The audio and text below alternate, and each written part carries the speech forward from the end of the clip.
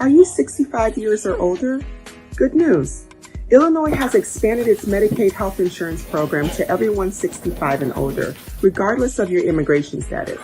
Need help to apply? Contact United African Organization, UAO, WhatsApp, SMS, IL65 to 773-420-8976. It's true. For most people, your health insurance program increases as you grow older. That's why the state of Illinois has expanded its Medicaid health insurance program to everyone 65 and older, regardless of your immigration status. Need help to apply?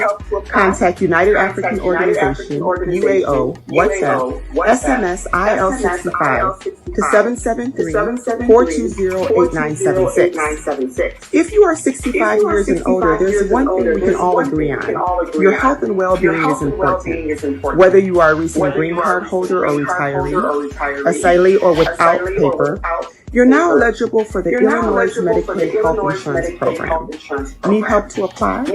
Contact United African Organization, WhatsApp, SMS, IL65 to 773-420-8976. Documents needed to apply: your proof of ID, your proof of address, and your proof of income.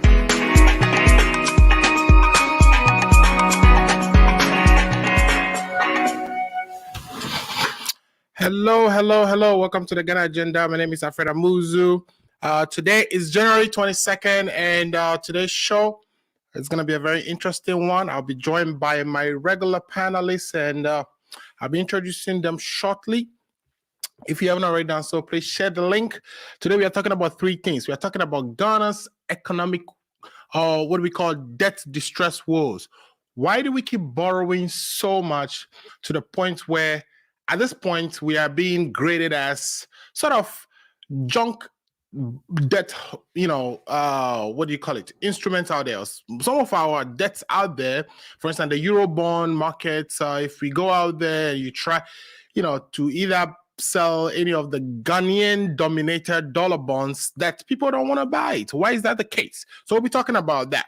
And over the week, a couple of things happened. I mean, we've heard so many things from our two chiefs getting into a fight. I'm talking about Asantehene here and Bonahini. We'll briefly touch on that.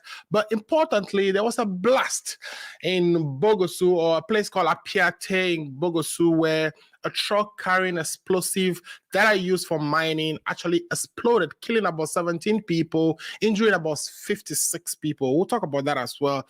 And e-levy. Where is e-levy going?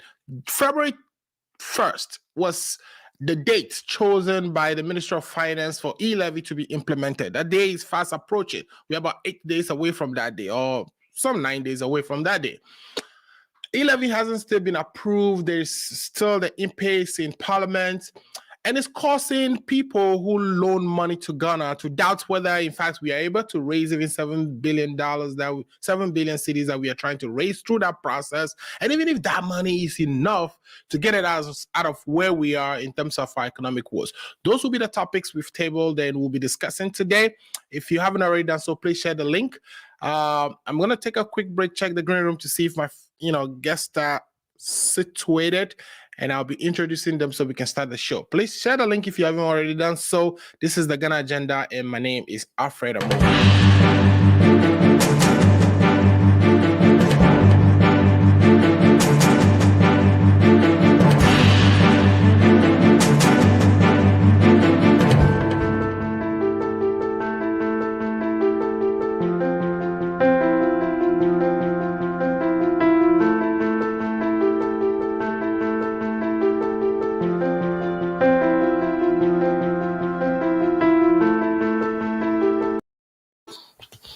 All right. Are you 65 years or older? Good news. Illinois has expanded its Medicaid health insurance program to everyone 65 and older, regardless of your immigration status. Need help to apply? Contact United African Organization, UAO, WhatsApp, SMS, IL65 to 773-420-8976. It's true. For most people, your health insurance program increases as you grow older. That's why the state of Illinois has expanded its Medicaid health insurance program to everyone 65 and older, regardless of your immigration status. Need help to apply? Contact United African Organization, UAO, WhatsApp, SMS IL65 to 773-420-8976. If you are 65 years and older, there's one thing we can all agree on. Your health and well-being is important. Whether you are a recent green card holder or retiree, asylee or without paper, you're now eligible for the Illinois Medicaid health insurance program. Need help to apply? Contact United African Organization, WhatsApp, SMS IL65 to 773-420-8976. Documents needed to apply: your proof of ID, your proof of address, and your proof of income.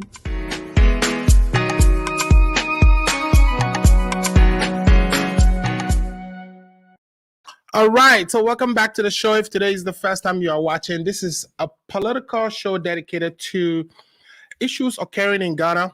I'm the host. My name is Alfred Amuzu, and we do this every Saturday from 2 p.m. Eastern Standard Time to about 4 p.m. So it's a 2-hour show. And I'm usually joined by spokespersons for the NDC and the MPP, who usually, would help me navigate or discuss the issues that we table for discussion. So if you have not already done so, share the link. And that is what I'm trying to do here myself. I'm trying to share the link to see if I can get a few people to join. Last week, we did a review of 2021, and we talked about all the things that happened in 2021 except for e-levy, and the e-levy conversation we would merge that with the updates from what the Minister of Finance said, etc. And one of the things that we are learning is that even the ministry is saying to resolve the concerns about our debt sustainability, that they are willing to reduce expenditure by 20%. I am sweating. Whew. Even though it's snowing outside, right?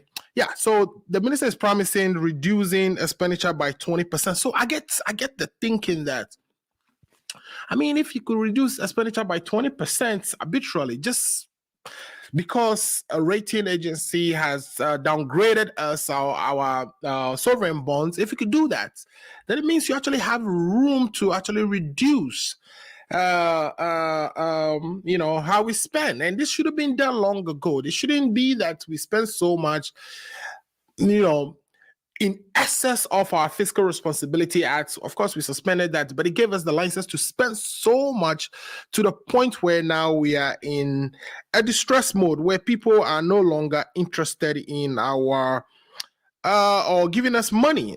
You should have done that long ago. You shouldn't wait till we are in that situation now to think of such a reduction. So what I'm about to do again is share my link. Please, if you haven't already done so, help share the link so that people would also join and watch the show. I'm waiting for the guests to join.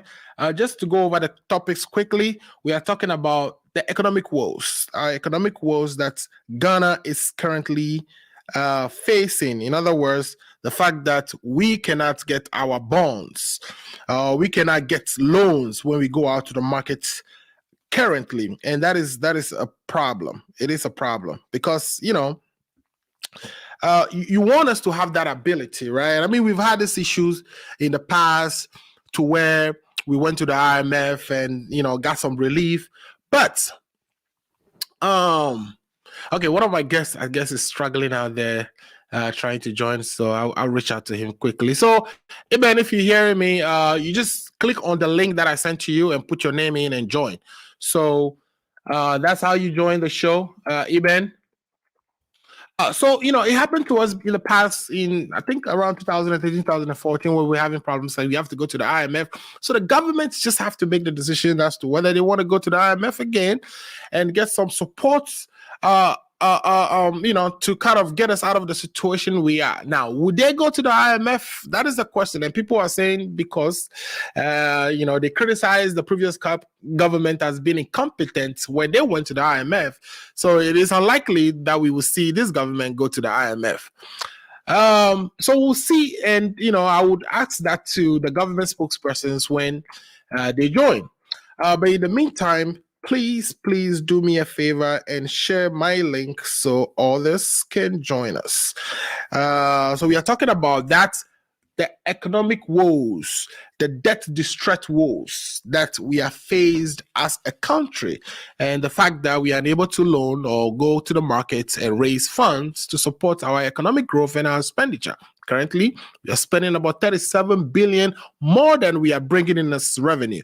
We know we have the revenue challenges. In other words, we are not raising enough of revenue to cater for all our expenses, paying the statutory payments that we have to make, like salaries and etc. etc. If you cannot hear me, or if my sound is not coming well, please let me know so I can adjust. But I think you can hear me. I hear Miss Nana Otunfo watching. Nana Otunfo, thanks for watching the show. Please share the link so we can have friends, family, people who may be interested also joining. But thanks for joining. And again, so yeah. So I mean, do we need to go to the IMF? That's the big question, and I'll be posing that question to the listeners, to my viewers and guests when they join. And if you have any answer, or if you want to contribute to that, let me know. Then I will give you phone numbers that you can call in to contribute. Now, the topic number 2 is we witness a lot of debate in Parliament over the e-levy.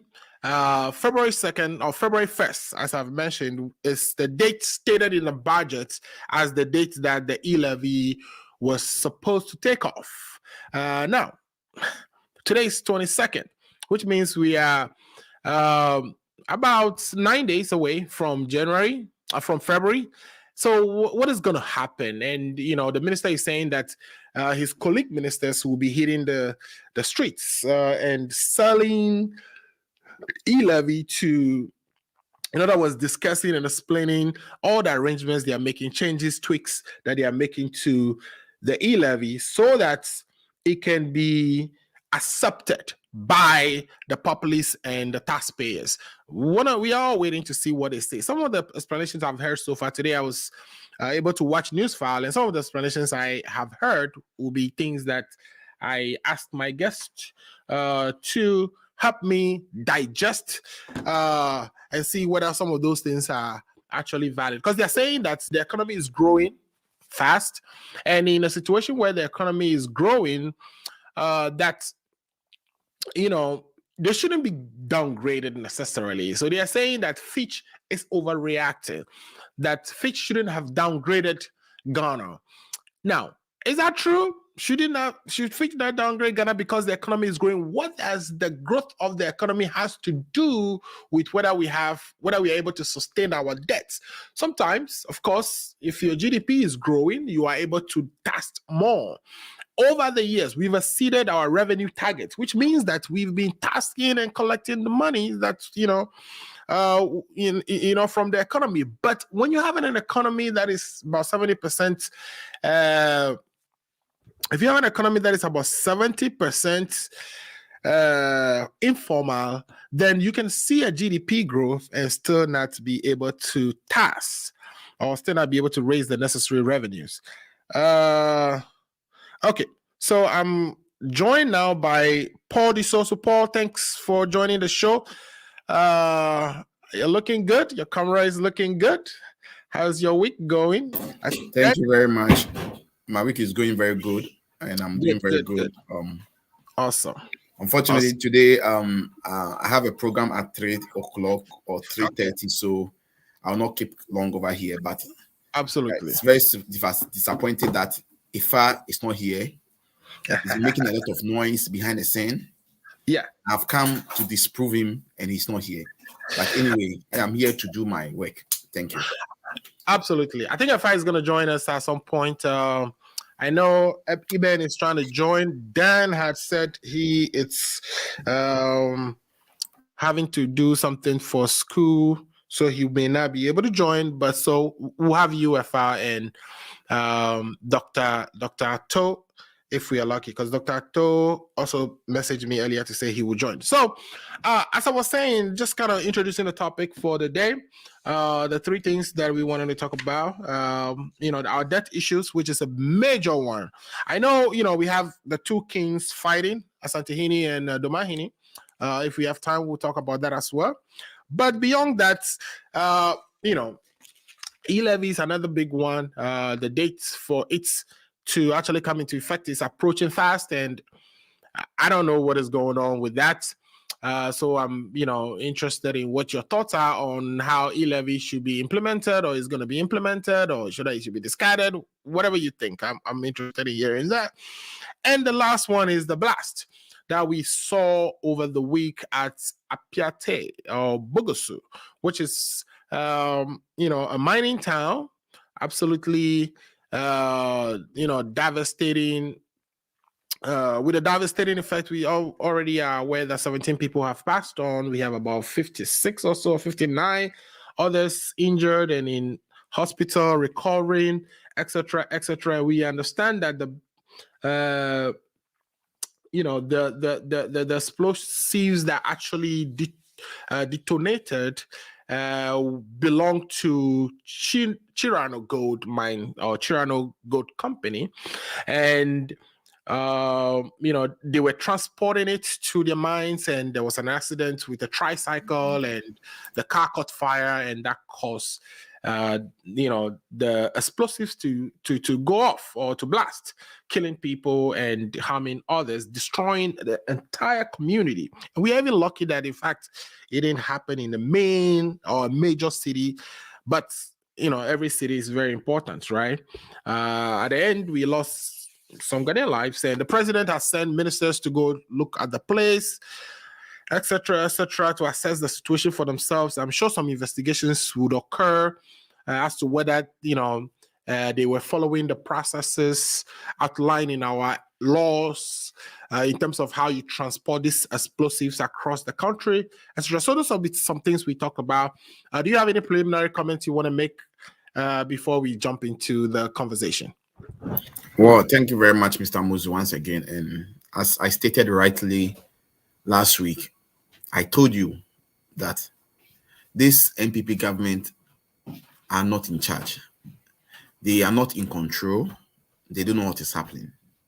As we speak, Fish has come out with its, rating.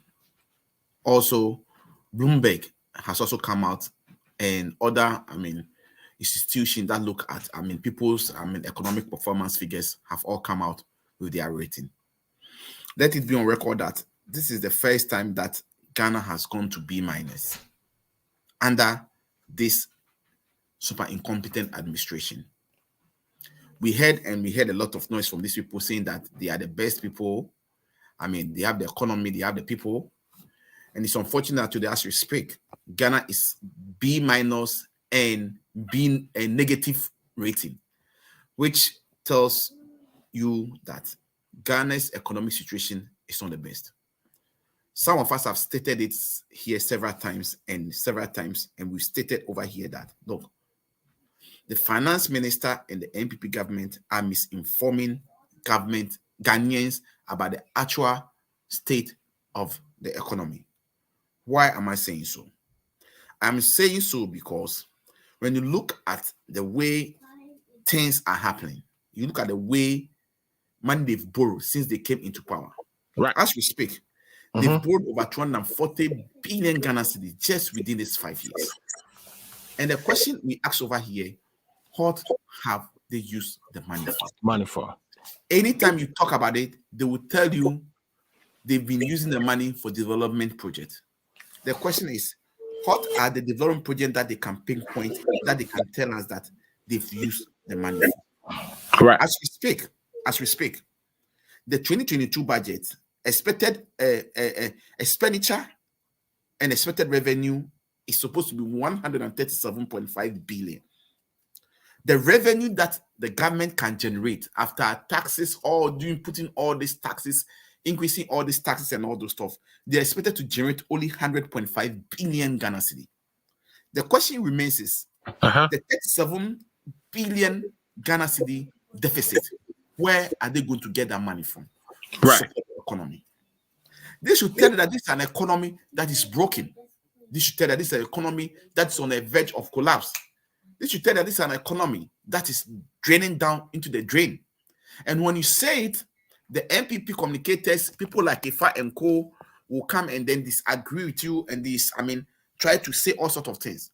Look, Mr. Muzo, as we speak, they always put the blame on COVID.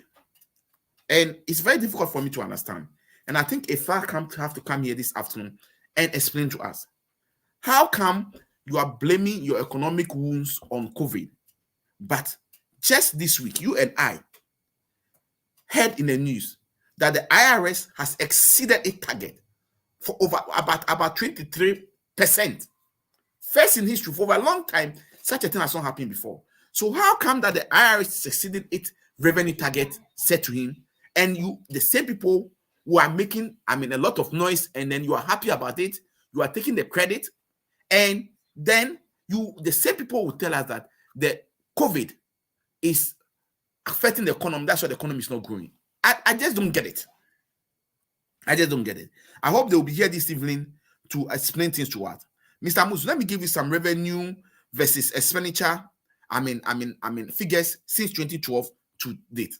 Right. Look, when we talk about revenue, expenditure, and figures, as 2012, okay, the revenue inflows, okay, that is coming in, okay, is about 16.7 billion, okay, and the expenditure our expenditure was around 20.9 billion. If you study from 2012 to 2022, you see that the gap keep on widening. This is what should tell you that the economy is collapsing. Right. Example, let's take 2016. 2016 was an election year. So let's look at 2016, 2020. Look, in 2016, because it was an election year, okay, right, our revenue generated was about 33.7 billion. And the expenditure shoot up to 51.1 billion under the NDC administration. Right. And this was an issue that these people spoke a lot about. These people made a lot of noise, and they said, we are incompetent, we don't know how to manage, and blah, blah, blah, blah, blah, blah. You all heard it. You all heard it. Now, let's move to... So you are saying that has been a big criticism of the NDC era. Government, exactly. Thank you, my brother. 2016, 2017, 2020 was an election year. Right. Okay. The total revenue that the government of Ghana generated was 55.1 billion. And expenditure shoot up to 96.4 billion. Look at that gap. Right. That is why they are not, nobody, when they go on roadshow, they are not getting investors trying to buy the bonds, because we are at risk. And you know what? This thing that they are doing, they are rather worsening the situation. Because if Fish and the other, rating agencies are telling you that your economy is on the verge of collapse, and you come out to tell them that it is not the fact that they got their figures wrong, you are even confusing your investors in the market. Because now, even the investors are going to say, so who figure do we take? Right. The international recognized institution, which report on all countries, are saying that this are the figures they are seeing. You are saying it is not that figure. So which means then there is something wrong. And they are Bloomberg came back to accept that they got the numbers wrong. I agree. Bloomberg came back to accept they got the numbers wrong. Right. Fine. Bloomberg was given 80 point something a percentage of this thing, and they came out and said it was 78.8% they mentioned, and that as to November, so they are yet to add the December figures. Fine. Let's assume Bloomberg got it wrong. What about Fish? What about other institutions? The World Bank has given a warning. The IMF has given a warning. They are all giving warning that the way we are going, we are on the verge of collapse. So, Mr. Muzu, let's set record straight. I am saying that even what they are doing, they are putting themselves into a big danger, because if recognized institutions such as Bloomberg, Fish, and other institutions are the only institution that those investors that you go and take the borrow money from, they are the only those are the institutions that they take their data source of information from. So if these people are saying that this is how they are doing and this is what they've seen, World Bank is saying the same thing, IMF is saying the same thing, people in the country are saying the same thing, and then you are the only one saying it is not the case. The question I want to ask over here, 78.8 and 80.1, what is the difference? It's almost not a big difference in it. So the number we are talking about really is our debt to GDP ratio. Exactly, the debt to GDP ratio, yes. Which is 78, according to the government, 78.8, but Fish and Bloomberg are saying it's above that figure. Right. Even the acceptable figure is supposed to be 66%. Your debt to your GDP ratio is supposed to be 66. So they've even gone above the 66 already. So they are in a red danger. Look, Mr. Muzu, we are at a verge whereby the little mismanagement, the economy is going to go down into ditch. Right. Ghana is a country that belongs to all of us. We will not, pray for that to happen. Okay. What we are calling for now is that we are asking that these people should bring all investors on board. They should bring all stakeholders on board. All, political parties on board. Let's sit down as a country and let's find a solution to it. As we speak, Mr. Ahmedu, the Ghanaian public debt stock is standing at 341.8 billion Ghana cedis as of September 2021. That's the public debt of Ghana.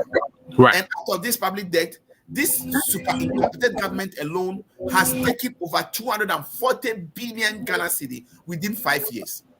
What can they prove or show to us that this is what they've used the money for? And when you ask them, we cannot see any development infrastructure that is ongoing. So for me, I am saying that look, the country Ghana is on the verge of collapse. No, let me also take you something. Look at Ghana's public debt stock. The domestic debt stock is around 163.7 billion. And the external debt is around 178.1 billion. This should tell you that look, investors are looking at all these figures. Now, for example, issuance of for the first quarter of 2022, okay? If government January, February, and March, okay, expected amount of revenue that government is supposed to generate is 24.5 billion. The question is, where are they going to get this money from? Right. Now, those bond issuers and those people who are on the market who will be buying the bonds and all those things, they are saying that they cannot put their money into such a risk. Right. Look, the only way that this government will survive is two things. They go back on the roadshow, go to the bond market and go and buy the bond at a higher rate, percentage rate, over 25, 30, 33, 40%. Or the best thing for them to do is to swallow a humble pie and go to the IMF and seek assistance from the IMF. But the reason why they don't want to go to the IMF is two reasons, Mr. Muzu. I stated it last week. Reason number one, they are scared of the way they will be mocked, they will be laughed at. Because when the NDC was having economic difficulties and they went to the IMF for support, you heard it. You heard all sorts of things they said. That was where the incompetent came in.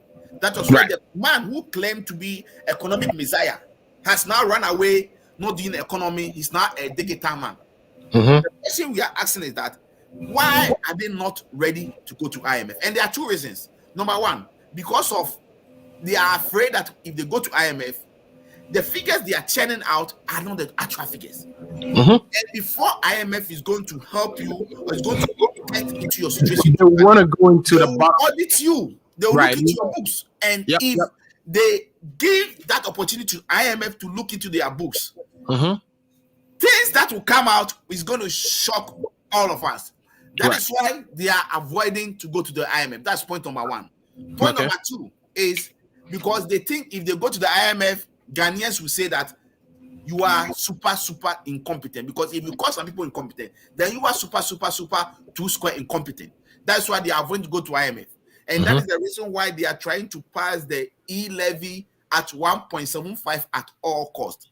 Mr. Muzo, the e-levy that they want to pass or they want to push through, in any case, it's going to generate 6.9 billion a year for them. The question we are asking is that Ghanaians are not stupid. Ghanaians are not foolish. If you still want to insist and you want to use your 138 to push the e-levy through, you can go through and you will do that. But what is going to happen is that most Ghanaians will deactivate their Momo account. Most Ghanaians will not use electronic means of transferring money. Most Ghanaians will not try to transfer money from their bank account to their Momo account. They will prefer to go into the banking hall to take money cash, cash. Therefore, I'm owing you, Mr. Muzu, $2,000 or 2,000 Ghana cedi, instead of me staying at the comfort of my home, send it to you through Momo, where I'll be charged 1.75. I'll go to the bank, take the money from the bank, and give it to you physical cash. How are you going to tax me? And according to the expert, I am an engineer, but according to the economic expert, okay, what is going to happen is that they are, even if they are able to recruit even above 3.5 billion, then they've done well. Right. A lot of people are going to. So you are saying that they're not, the expectation is they may not even get all this, Exactly. They will not even get that. If they even get half of what they are trying to, the revenue target they are trying to achieve, that will be a plus for them. But according to the economic expert, they might not even achieve that. And it's going to be a difficult task for them. So for us, what we are saying is that, look, let's sit on the table, let's consult, let's, deliberate, let's dialogue with the minority in the house. Let's look at the situation.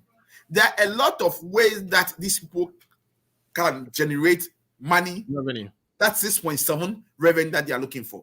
And I've stated on this show that, look, Mr. Abuzo, as we speak, in 2021, revenue irregularity alone is 12.85 billion. Right. What do you mean by that for the average listener who doesn't understand? What do you mean by revenue irregularity? Revenue irregularity is like, government money or revenue that they are supposed to generate.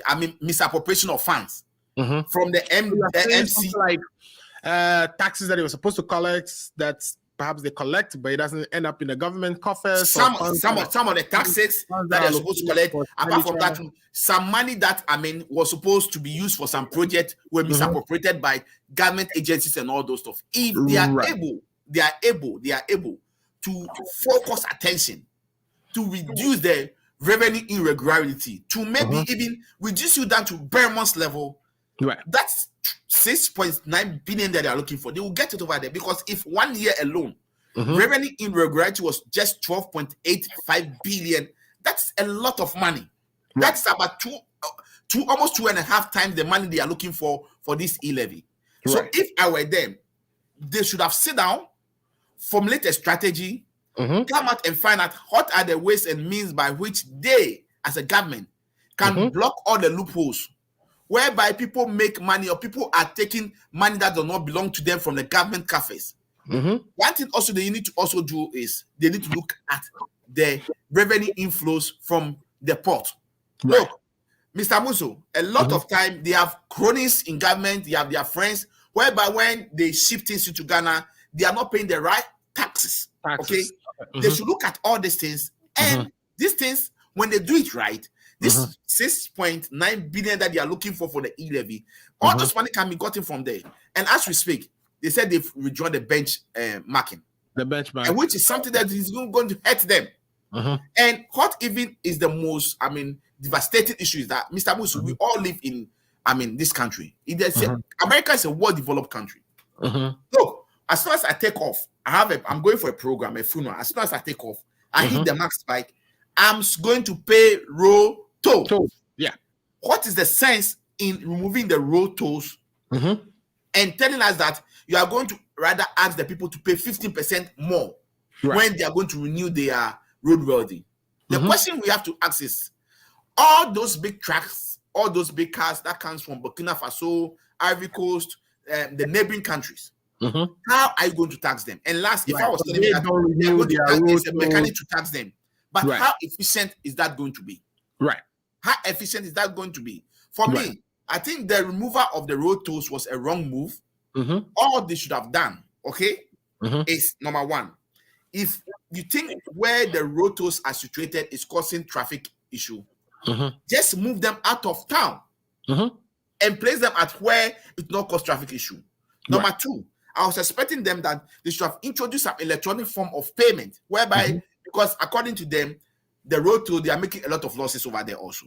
Right. So to be able to reduce those are part of the revenue irregularity I spoke about. To be able to, curtail that, just introduce something like e-switch, e-smart card that we use over here. I have on my cars, the two cars, I have the easy on it. As soon as I cross, it automatically charge me. When the money is finished, I get an alert that my money is finished. I need to top up. That was something they need to go about. They could have done it easily. Since the economic messiah has decided to become a digital man, now talking about digitization, I was surprised that he has run away from the economy which he knows in 2015, 2016, where he was been holding lectures and be talking about the economy. When the fundamentals are wrong, the dollar will expose you. I'm surprised that now that the fundamentals are wrong, the dollar is exposing him. He's not talking. As we speak, dollar is going for 6.5 to a dollar. I sent some money down, and it was changed for me, 6.5. Wow. Where is the economic messiah? All the things he said in opposition, where he is. You see, when you lie, my mother told me that lying will return back to you. When you throw a ball to a wall, the ball will return back to you. Correct. Dr. Baumia, which, by the way, the president has stated that the whole world wisdom has been given to him. He stated it on the platform. Is now running away from the economic situation. Right. And let's also set a record that, but Dr. Baumia is the head of the economic team. The last time I heard one of their communicators saying that the e-levy, he was against it, he doesn't know anything about it. I hope it's not true. And I was thinking if I would be here to confirm that story for me. But if I will be joining us shortly. Yeah, if it is true that Dr. Baumia don't know anything about the e-levy, he's against it, then it means this government is a mess. I am saying all these things because Dr. Baumia has given Ghanaians a lot of hope. He created the assumption that he's the best economy on the whole world, on the whole earth. And at the end of it, it shows that he does not even understand the economy. Look, Mr. Muzu, let me also state over here that economy in the book is different from practical economy on the ground. And this morning, I was listening to this file, and it was so surprising that they are still deceiving Ghanaians and they are still lying to Ghanaians and trying to justify, this e-levy, and trying to justify to say the economy is on good, good foundations, which is a lie. The deputy finance minister, Dr. What's the name? Oh, I forgot his name. One of the deputy finance minister was on the news file trying to, dispute. It is true that the economy is growing. The economy is growing. They're expecting at least an average of 5.2% for 2021, which is, post-pandemic. It's an amazing, level of growth post-pandemic. We know that. But the thing is, our economy is such that it's mostly informal. So you can see economic growth, or you can see a boom in economic activity, but it doesn't necessarily result in revenue for the government. You notice that even though they exceed their revenue targets, or the revenue targets get exceeded every year, we are still not able to pay down our debt because how much are we raising in revenue? We were raising about 600, is it 600 billion? Until now, we are now targeting 100 billion. So we're raising about 60 billion, and now they are taking 100 billion. 100 billion. So you see that even though we get all these increases in revenues, it's not necessarily enough for us to cater for our debt. That is why we want things like e-levy. Even the e-levy was earmarked. E-levy wasn't supposed to be helping us pay debt off. The e-levy was earmarked for employment and some other things that they were going to do, like cybersecurity, etc., etc. So for you to turn around and tell us that e-levy would be, what you need in order to, show people that you are capable of paying your debt, in your view, is that telling the truth, or is that, again? That is why, Mr. Muzu, once again, I'm telling you that these people have been throwing dust into our eyes every day. Look, in 2022, the expenditure revenue target that they are spending to spend 137.5 billion expenditure. That's the expenditure target. Mm-hmm. And the revenue that they are supposed to generate is about 100.5 billion. Right. So there's a deficit of 37 billion Ghana cedi. 37 billion, yeah. The question over here is, Mm-hmm. if you are saying, okay, that the economy is growing, the economy is in good funding, is growing, the economy is doing well, and you are refusing to accept the fact, now as we speak, before even you start, you are owing 37.5 billion. Mm-hmm. It's a deficit that is there. Where are you going to get that money from to boost up your economy? Right. No. The best thing for this government to do, okay, Mm-hmm. is to reduce the expenditure. Right. The waste. Oh, the Minister of Finance came out to say that he plans I'm to. coming there. Okay. Yeah, I'm coming there. Like quarterly, they're going to reduce quarterly expenditure by 20%. And they will monitor revenue to see if they are making enough revenue. Exactly. And exactly. Determine whether to slow down the reduction in expenditure or not. But yes, he said that. Yes. He wants to that's another way that they can try to, cut down on to meet our revenue target. But I am saying, Mr. Amuzu, mm-hmm. the main thing that they need to do to reduce the expenditure is number mm-hmm. one. Right. The private jet that is sitting on the tarmac in Accra as we speak should be returned back to where it came from. The presidential jet. Not the presidential, it's the private jet. We have a presidential jet that is sitting down there, which the president has refused to use. Yeah.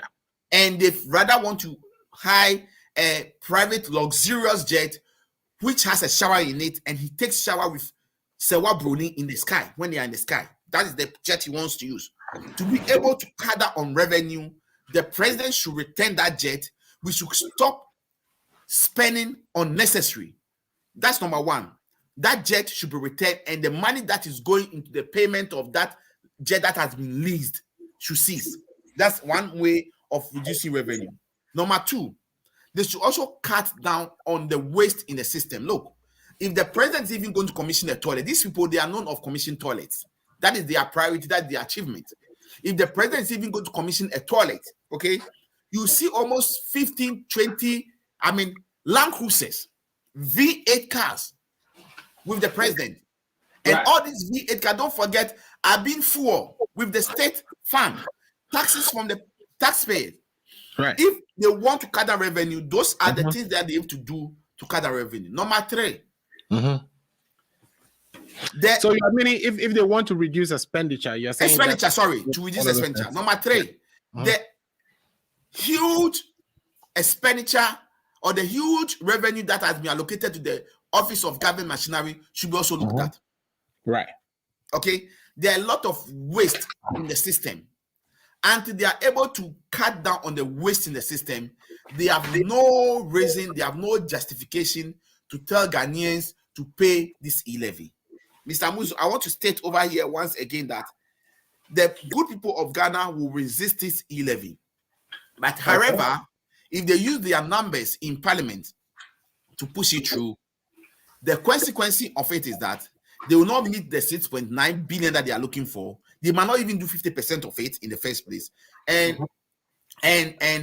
Or they will start it, they will see that it's not going to workable, they will withdraw it. In any case, we all know, I'm not an economist, but I'm doing very good, I think, with these economic issues. We all know that other countries in Africa tried the same thing, it didn't work. They came back to withdraw this e-levy. And this government is going to get to that level.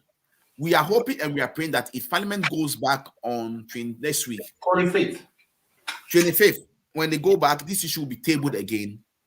They can use their numbers to push themselves through. But I can assure them that the 137 NDC MPs, we are all going to be united. We can stand and they will vote against this e-levy because we don't think it's the right thing to do.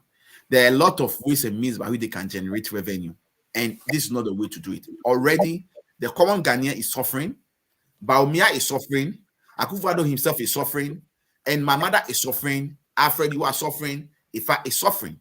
Ghanaians are suffering.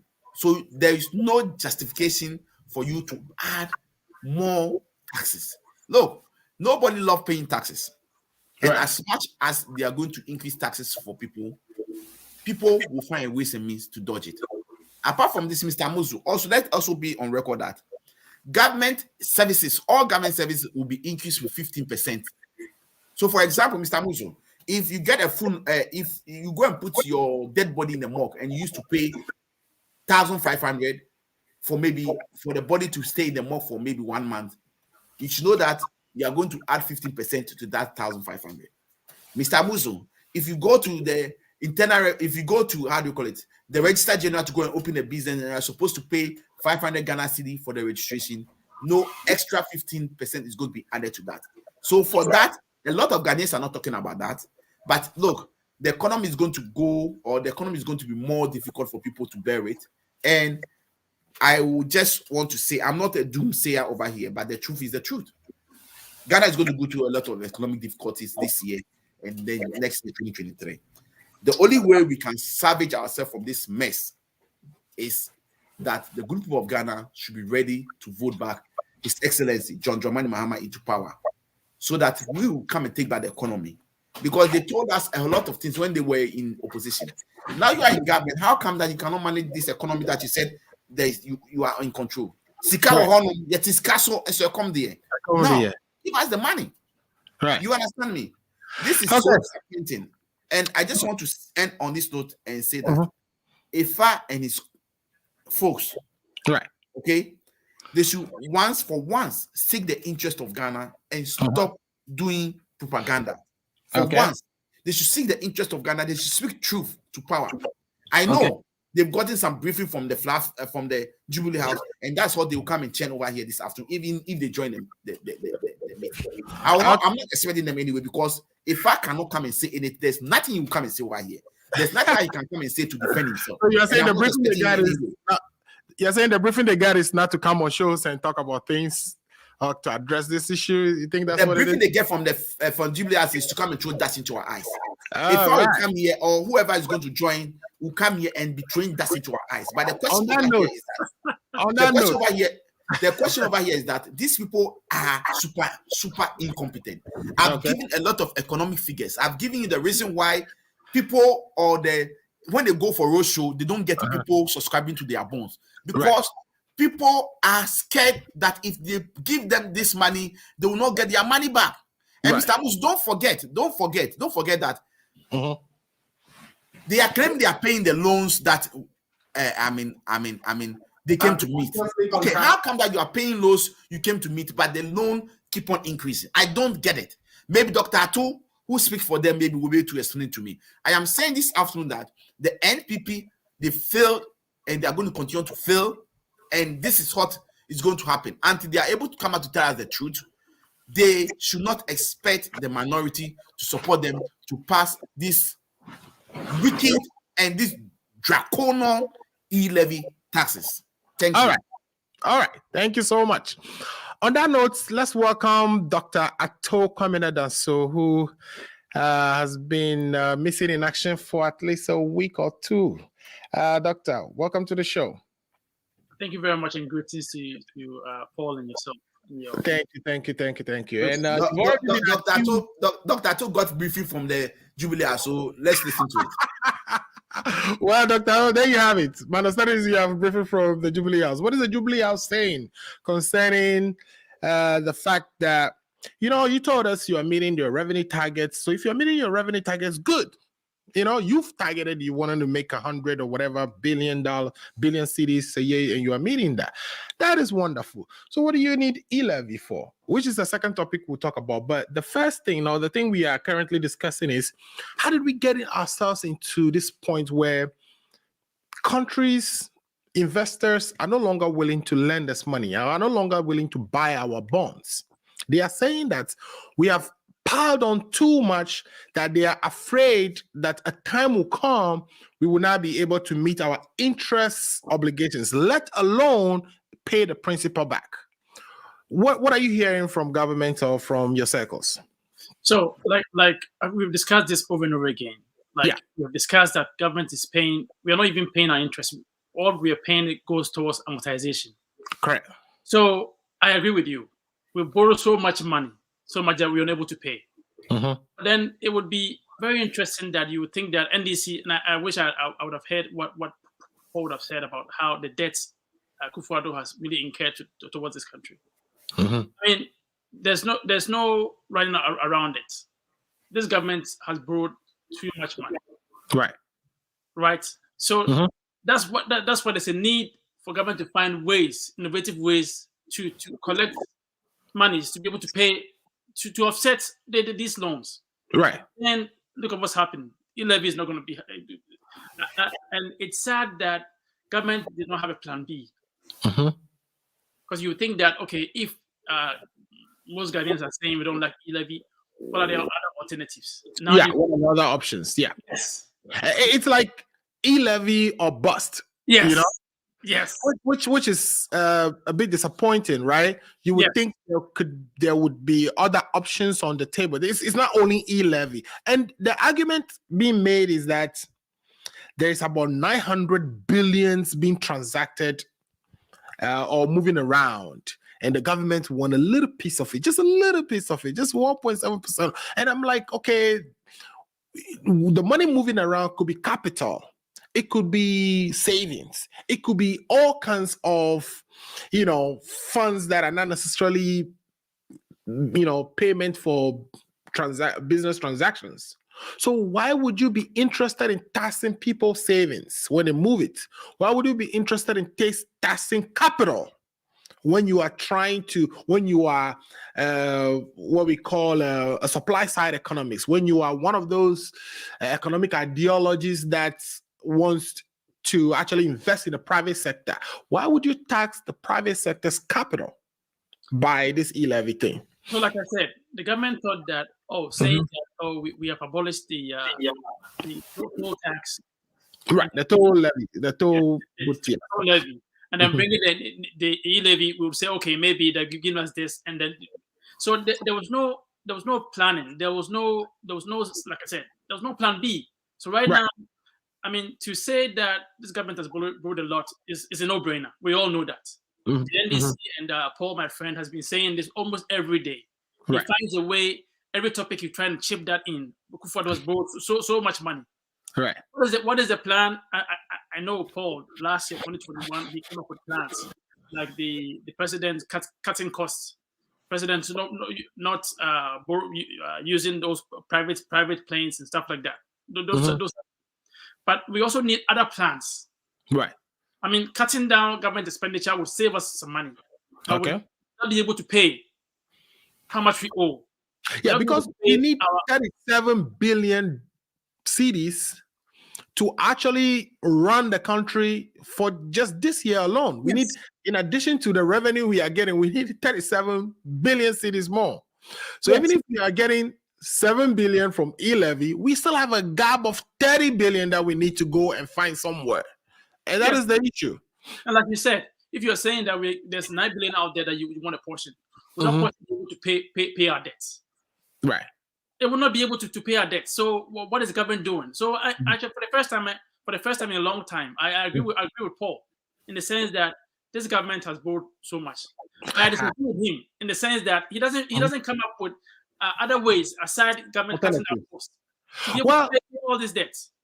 I'll let Paul answer that, but after he get a chance to speak again. But I think I heard him mention a couple of things that he believes the government could be, for instance, the road toll and some other ones. But Paul will answer that when we get to that. So continue. No, Alfred, I gave 4 solutions.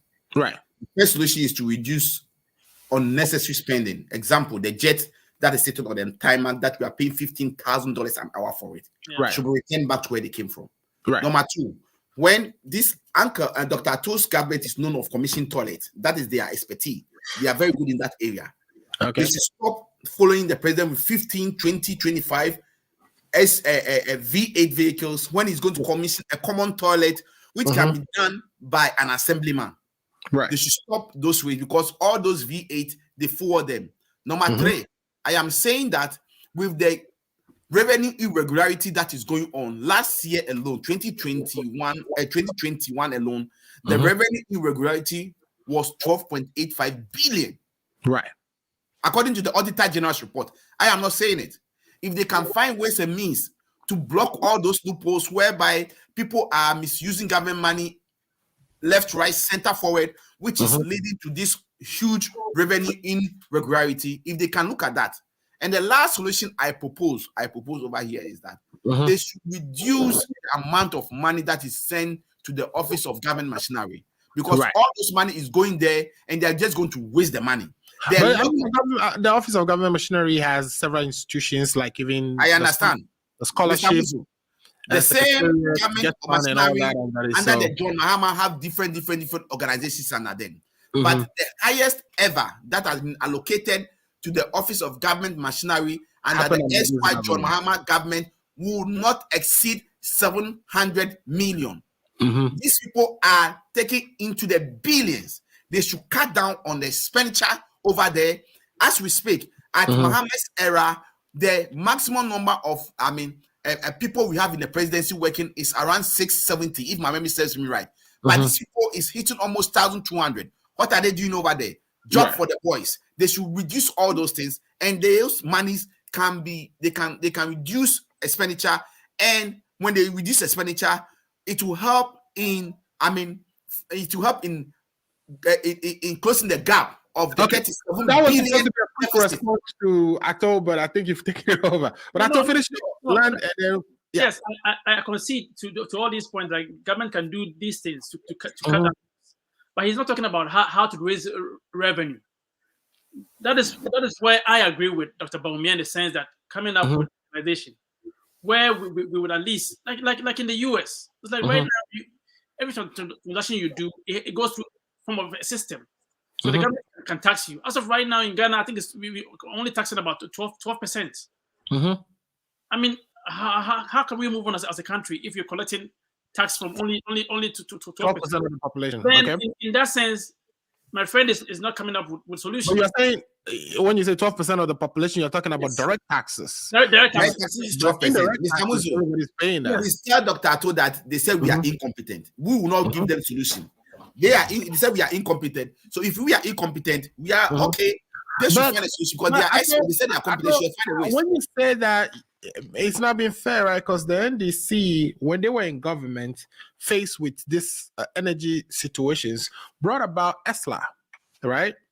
Which was the energy sector sort of levy put on petroleum, sort of an indirect tax, make everybody pay that. Innovative, and that has now been mortgaged for the next 15 years by the current government. So, I mean, that is dealing with the situation they faced, for which Ghanaians got mad at them and threw them out of government and brought the MPP. But it seems the MPP who came out with the economic messiah, in our case, by Bawumia, you would expect that Bawumia made many promises. You would expect that we would not be in the situation we are currently. Has Bawumia disappointed even you? Yeah, I mean, I'm a fan of Bawumia just because of just because of that. I mean, it sounds like Bawumia is switching and baiting. It's baiting and switching, or let's put it that way. Because he's supposed to be someone with solutions to our economic problem. And that is one of the reasons we brought Akufo-Addo. He gave us the confidence that when he comes to government, he's going to solve especially economic and unemployment issues. So for him to be in the middle of it, done 4 years already, second term, and almost messed up, almost got us to where we are now being classified as junk, sort of country who cannot pay their debts. And then telling us that, oh, by the way, let's now concentrate on digitization again. Isn't he switching the goalposts? You were supposed to deal with the economy. I'm not saying that digitization is not going to help us resolve our economic issues, but it seems that, Bawumia is not being straightforward with us. He's setting a different set of goal for us now, which is not what he told us before we actually trusted and gave him power. Yes, I would agree with him. Bawumia did not even was against taxing Momo. Yes, but right now here we are with these situations. I mean, I would say Bawumia before 2016 appeared to be the tax or the economic messiah for the country. Mm-hmm. He has not really delivered. Right. But I mean, like I said, if you think about what he is doing in terms of realization, it's a long-term project. Okay. It's a long-term project that would help us. But currently, I would agree with you that, and I agree with you on Paul. Like he's smiling and laughing over there. That Right. Baumia has not really lived up to what he told us he was going to do. Mm-hmm. Like I said, we have discussed this over and over again. Our taxes, our GDP is very high. Our tax rate is very low, and there are no innovative ways to come up with ways to make to get all this money back. So we're in a very really tough situation that you think that government will come up with other plans. E-levy, Ghanaians do not like e-levy. What other plans do we have to make money? And the NDP has not really come up with really better solutions. Okay, great. Paul, let's switch to e-levy quickly. Now, so the e-levy has, of course, given us all some headache over the last 1 month or so. I think the budget was ready in November timeframe, right? And here we are in January. The e-levy is supposed to actually take off February 1st. So we are about 9 days out. And we are nowhere close to even, agreeing on what should be implemented or what the bill should be. Because the government is still cutting parts, changing things in that bill. Do you have confidence that the e-levy will pass? And do you think that the 6.9 billion that we are targeting will be realized when it passes? And the answer is a big no. Okay. They will use their numbers when Parliament resumes on 25th, which is coming Tuesday, to push the e-levy through. That is, if they are able to amass all their MPs, the 138 MPs. Right. And these people, they are very desperate, very ambitious people. They don't mind sending jets all over the world to bring all their MPs who have traveled out of the country to just vote for this e-levy. The question over here is that on Tuesday, we might see the e-levy passing. But the question is, the 6.9 billion expected revenue per year that they are expecting, it will not be realized. And I've stated over here, I am not an economist. I'm an engineer by profession. But the economists have stated categorically that even if they are able to achieve half of that 6.9 billion, let's assume 7 billion, half of it is 3.5 billion. If they're able to achieve 3.5 billion, it will be a shock, a surprise to a lot of Ghanaians. This is what is going to happen. If they bulldoze their way through with their 138 number to pass the e-levy this coming Tuesday, either one, Ghanaians will mount a street protest, a demonstration. Wouldn't that be good for the NDC because it gives you a clear path to the presidency? Is whether they pass it or not, the presidency is for us for 2024 because these people have proven that they are super. They say they are breaking the eight. Super. They cannot break it. They prove that they are super incompetent. I am saying that, look, two things is going to happen. If they use their numbers to pass it on Tuesday, what is going to happen is that they might not realize the revenue target they are going to target. The 6.7 billion, they will not even get 50% of it in a year by this time. Number two, all know. Why so? Why so? Because a lot of people will stop using the Momo. A lot of people will not do Momo transfer from their bank account to their Momo or Momo to bank. All those things are going to stop. Because if I'm owing Dr. Atto, instead of me doing Momo transfer, owing you maybe $2,000, instead of me doing the Momo transfer to you, whereby I'll be charged 1.75, I'll prefer to go to the bank, cash the $2,000, and call Dr. to meet him and then give the money to him. How do you get me? How do you tax it? Number two, most of the market women who we are trying to move them into the digitization, environment, into the formal economic, formal will all withdraw.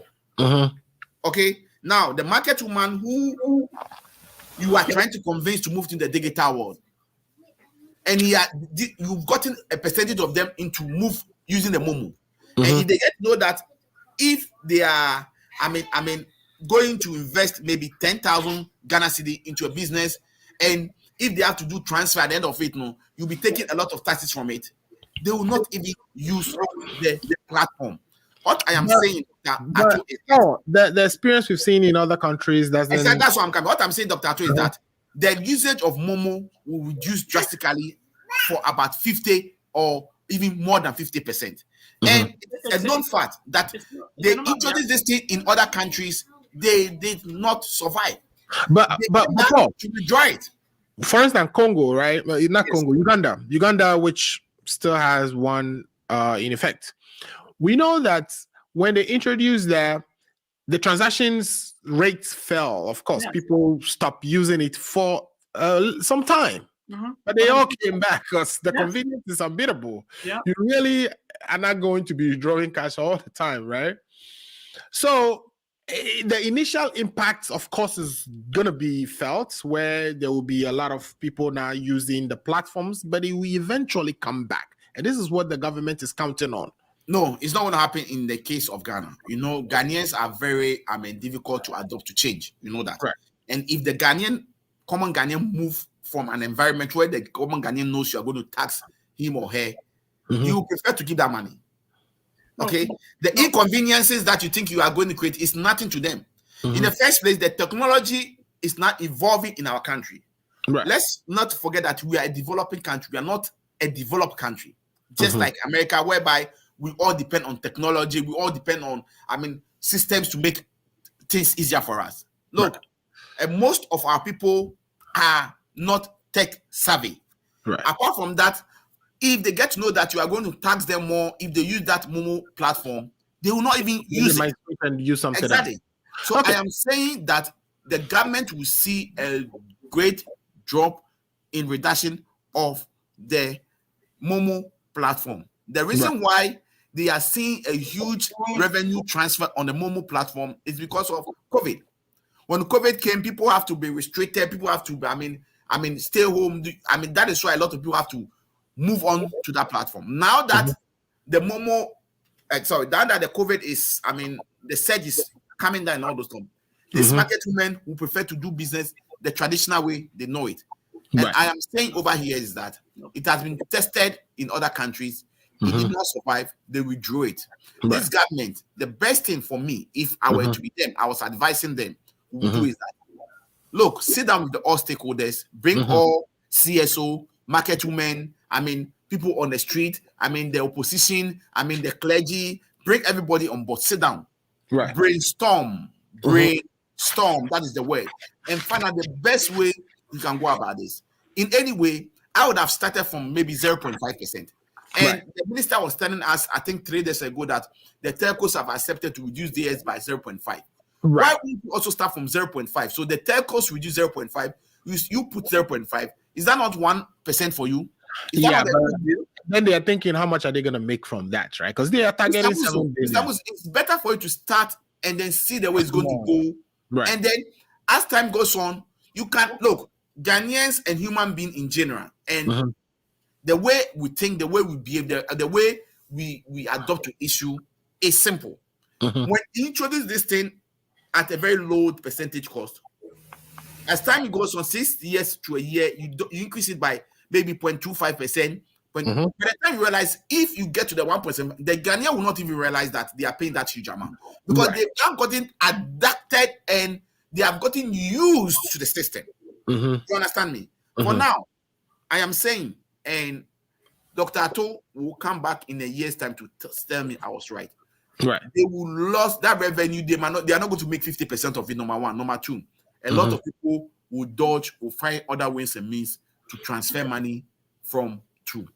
That's just to put on cable, I'll be leaving you very soon. So if you want to talk about anything, because I have to leave for a funeral. Okay. Talking about ways and means to dodge e-levy, we know that there are cryptocurrency technologies all over. Where people find it even more. Of course, even though Bitcoin just fell big time and people have lost a lot of money, but people find it even profitable to save their monies in cryptocurrency, which holds its value better than their country currency these days, right? Like the CD, because the CD falls quicker than you will see Bitcoin falling. Do you think people would be, willing to use those currencies as a way to avoid paying this sort of levy? So I was going to address Paul in the sense that people are using it, one, because it's convenient, right, and two, because it's fast. So it's human behavior that you would, just like in secondary school, like if across board, like people react to situations like that, and then they'll go back. Like even with the stocks, right? Stocks fall, you think that people, initially you see people withdraw or sell, right? But then people still go back to it. Right. I don't think Ghanaians, we are so tech savvy to be using, or we are so educated in terms of the stocks. I don't know the number of people who are actually Ghanaians who are actually in that field. Yeah. Even with but I don't underestimate the Ghanaian now, because look at how quickly we embrace mobile money transaction, and everybody kind of. I'm not underestimating, but I'm just talking about people understanding stocks. Yeah, it's very easy to understand. Right. Bitcoin is even more complicated to say. Bitcoin, it's just another way of looking at it is. Right? It's not the wallet, but except that your wallet goes up and down. I know, but I'm saying that. Can you really explain this to the Makola woman? No, that's not going to be possible. So I'm saying that I don't think people would initially it would drop, but like I said, it's very convenient. You cannot tell me that me sitting in Chicago, I'll think about I'll find probably ways to send money, but how long would that last? Right. I'd be frustrated, and later I said, okay, forget about it. Let me just send it. So I agree with Paul that initially the rates will drop. Right. The usage rates will drop, but eventually people will have to send money. And the only way, like I'm here, I have to send money through say Cash App. No, not Cash App. I have to send money through SendWave. That's the easiest way to do it. How else can I do it if it's an emergency? I have to send it. Right. So I agree that it would dip, but I also would think that government will be considerate in reducing the percentage. I'm thinking that say 1% would be something doable. But I'm surprised that Paul is coming with 0.5, because I thought it was a no for him. But gradually, 2022, he's getting to a 0.5. Yeah, always toyed with a reduced rate, right? Because even if you listen to Haruna was willing to accept 1%. I mean, yes. And to the extent that the government hasn't actually attempted to propose any reduction in the rate at this point, it's amazing. You would think that they would say, okay, let's concede, give some reduction.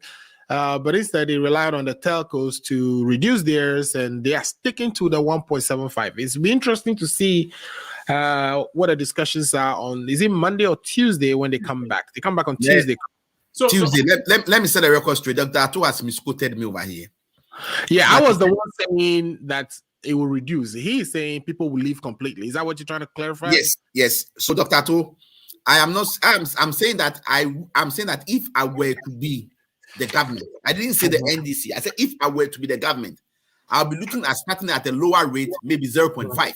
That's what I said. So what are you proposing? What am I proposing? Yes. It's a no. Thank you. So for you, no e-levy, or are you saying that in your case, if you were in government, you would have started at 0.5 rate? Exactly. So you accept that we should have an e-levy, though? That is different. No, that is different from the NDC proposing 0.5. So let's please draw the line. So Paul Disosu's view is not Paul Disosu's view. I'm saying it if I were to be in government. So if the NDC were to be in government, would that be a 0.5? If I were to be in charge in government, I would have started from 0.5. Yeah, by means of the NDC. Is that what you're saying? Please, don't bring the party in. This is my opinion. No. So if the NDC were in government, what would the NDC do? That's my question. The NDC will not come out with this lazy, draconian, wicked tax. The NDC would have found other ways and means to, to tax the people, just like we did for the EXLA. We would have found other ways and means. This is the laziest man approach. These people, they are lazy. They don't want to think. They don't want to think around the box. They just want to go the easiest way, because transaction generated over 900 billion Ghana cedi. They just want to drill down over there to make easy money. And I for one don't understand that justification. The only justification so far is there is $900 billion transacting in the system, so they want some. They want some. It doesn't make any sense. Yes, man approach. It can be several trillions transacting.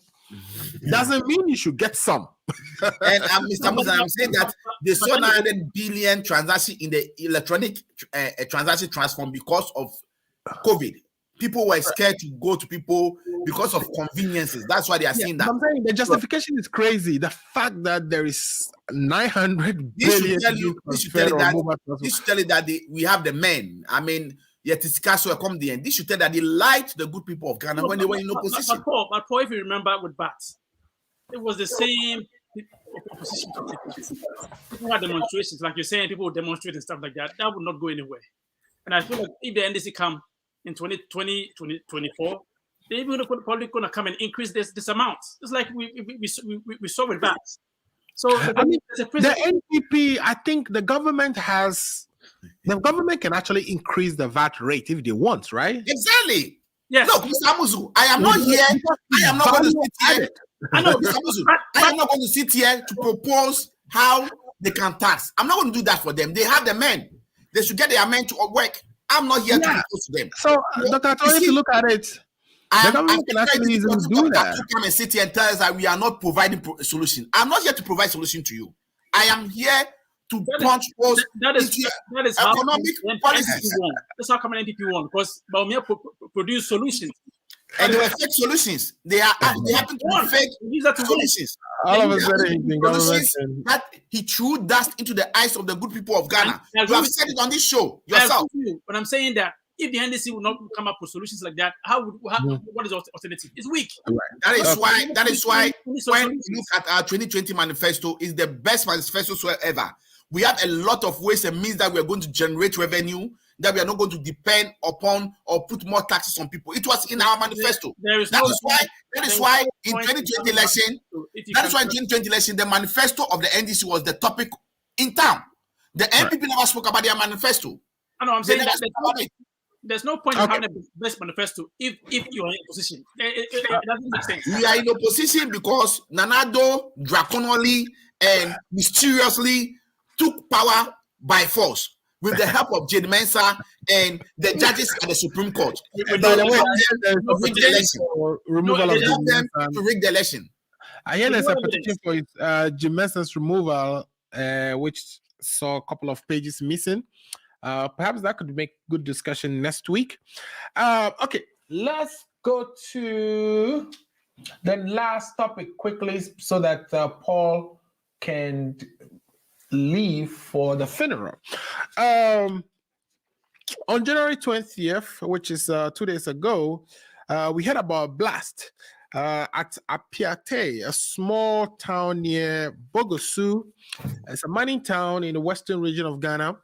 We heard that 17 people were killed and at least 59 injured in hospital recovering. We heard that the deadly explosions were caused by a collision between a motorcycle and a truck carrying explosives. Amazing. And the explosives were being carried to Shirano Gold Mine, or Shirano Gold Mines, they call it. So the mine, which is about 40-something kilometers. So the basic point is that our laws requires that and I'm talking here about the minerals and mining regulations. 2207, right? 2012 is LI. I'm talking about the LI here. LI 2207. Yeah. I think 2177. Yes.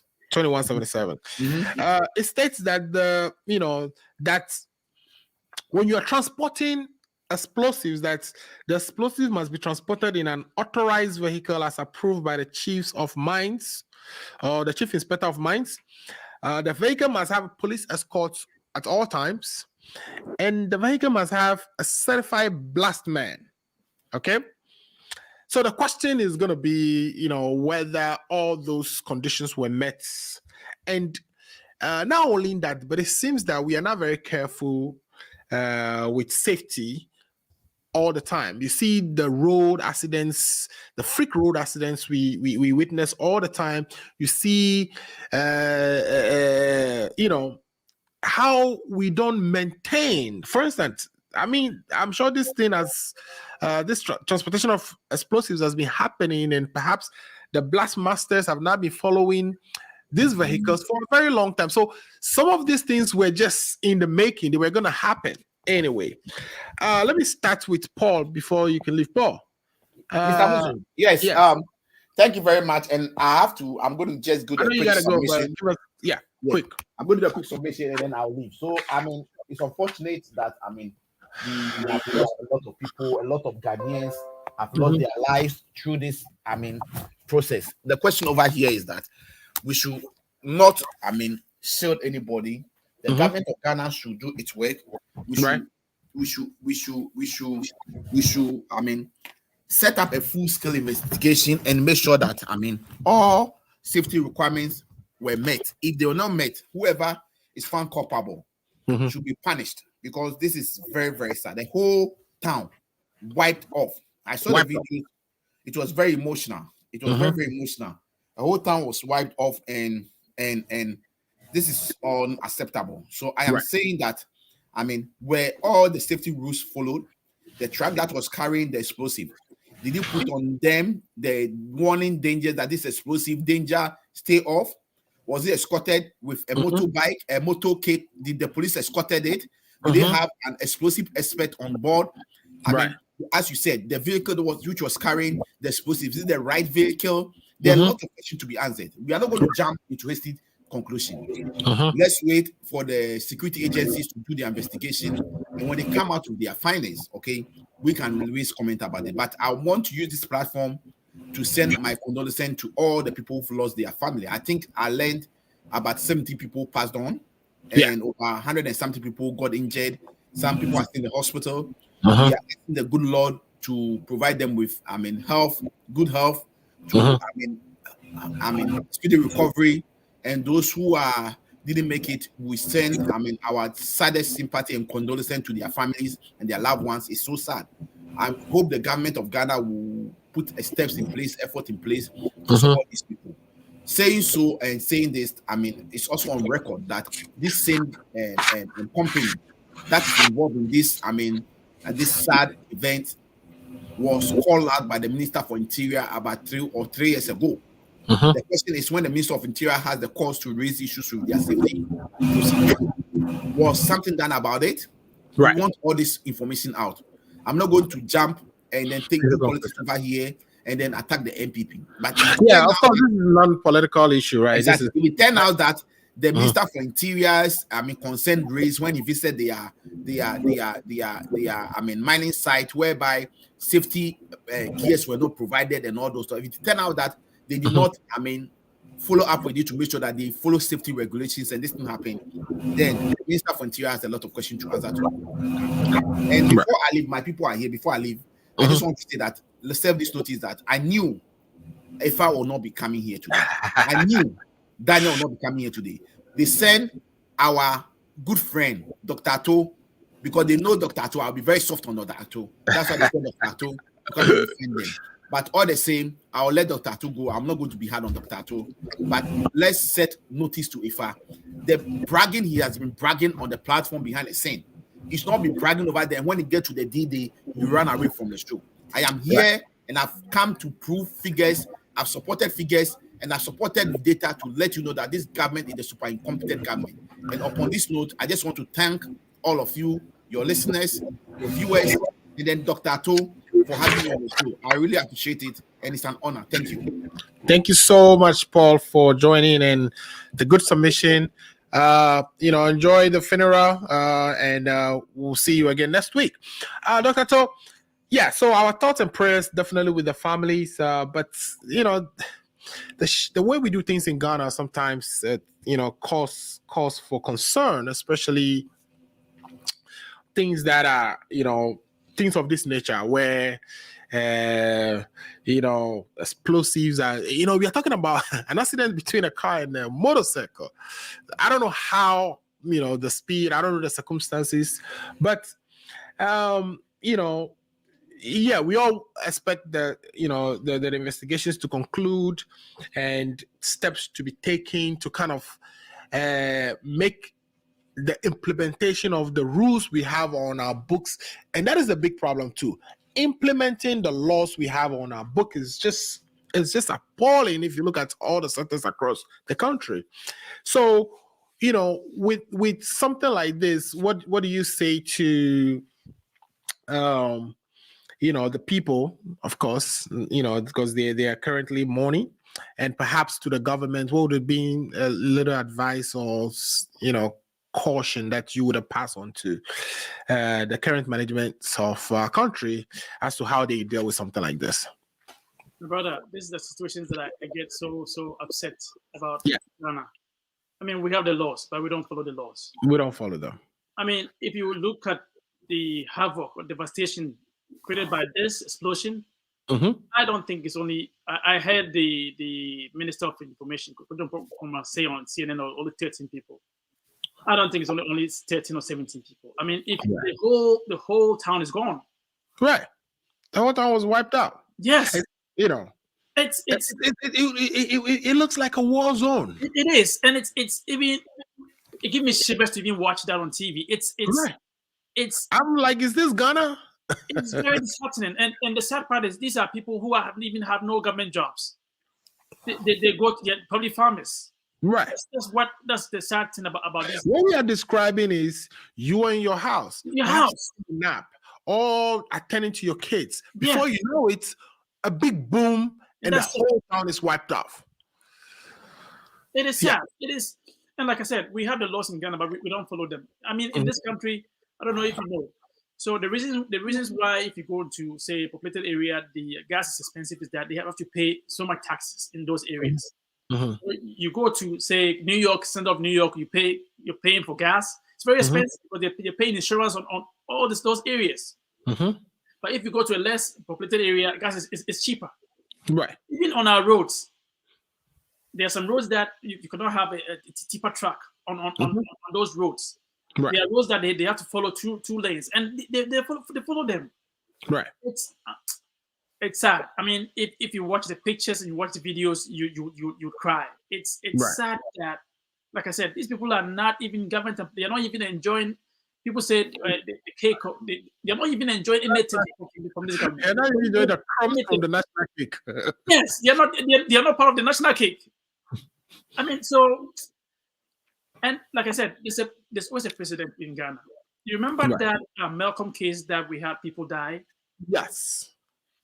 You would think that by now we have made changes to situations in Ghana. And then we will wait till we are so reactive as individuals. We wait till something else to happen. Then the bad issue too is that that car that has exploded now may have passed through a couple of police checkpoints on the way,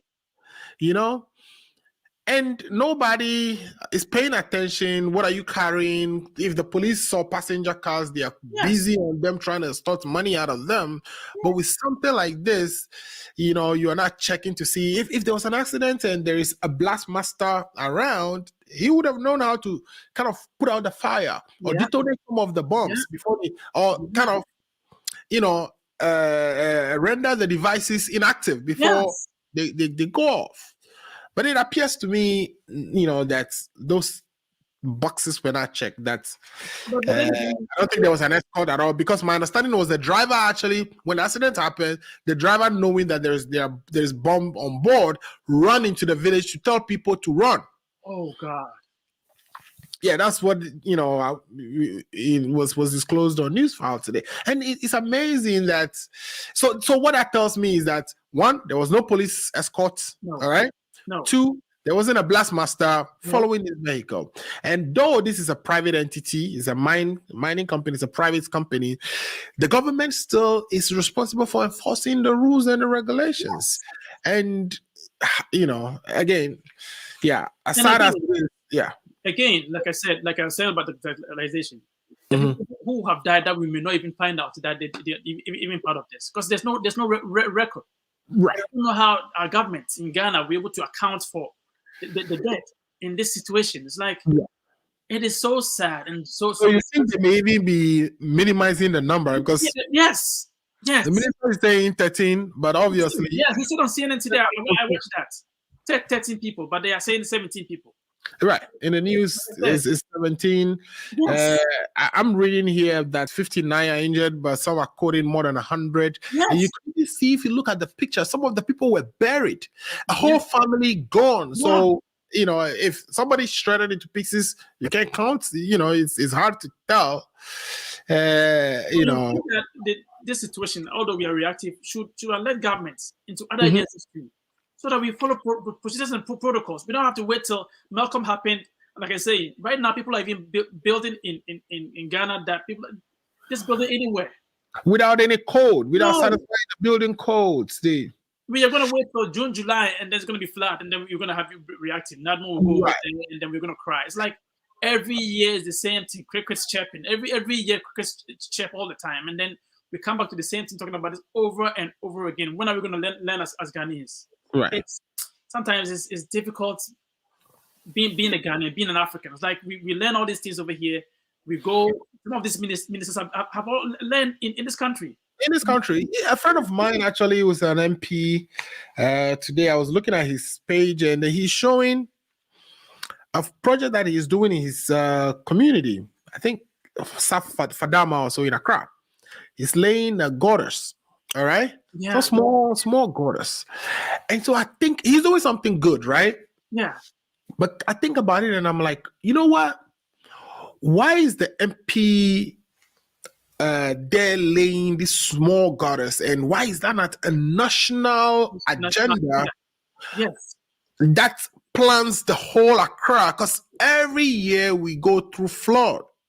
You know, the rains are gonna come June, July. The waters will come flowing through. So why wouldn't there be a coordinated approach as to where gutters will be laid?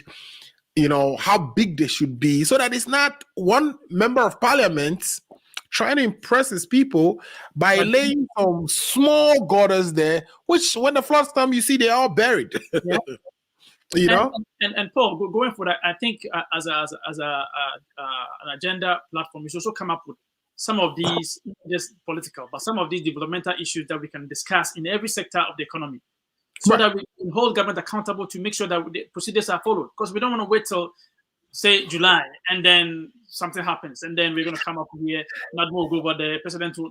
I mean, how long can we offer our thoughts and prayers to these people? How often can we be doing this? Like, we have the laws over there. We have to just follow them. People are paid every month to do this. So that leads me to this question: are we exhibiting symptoms of a failed nation?